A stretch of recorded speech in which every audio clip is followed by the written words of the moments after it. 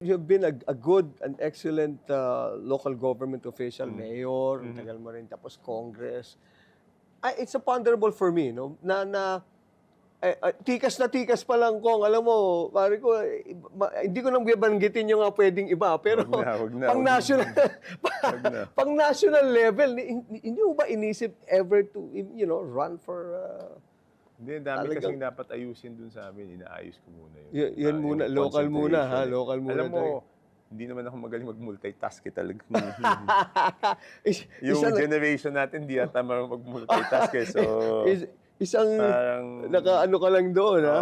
Oo. Eh talagang noon, talagang tinututukan ko kahit maging mayor ako, Oo. naging congressman ako, laging flood control. In my first term as congressman, flood control din yung priority project. Flood control lang, So oo. talagang doon ako nakatuto. Kaya talagang, kasi alam ko yung hirap na dala sa tao.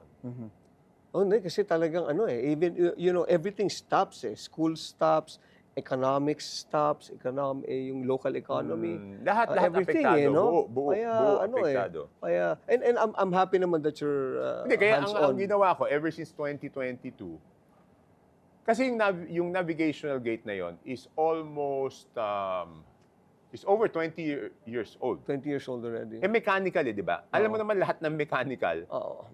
May ano yan. may wear and tear Oh, yan, wear di and ba? tear, correct. Oo. Pwedeng masira, di ba? So, ang request ko noon is gawa ng study para gumawa ng second gate para may backup. Kung sira Okay. itong isa, Yes. may magagamit kami. Noon, sinasabi lagi, naubos na daw yung pondo ng World Bank. But I'm so happy na sinabi sa akin ni Secretary Bonoan na finally, may pondo na to do the study. So, magkakaroon ng second gate.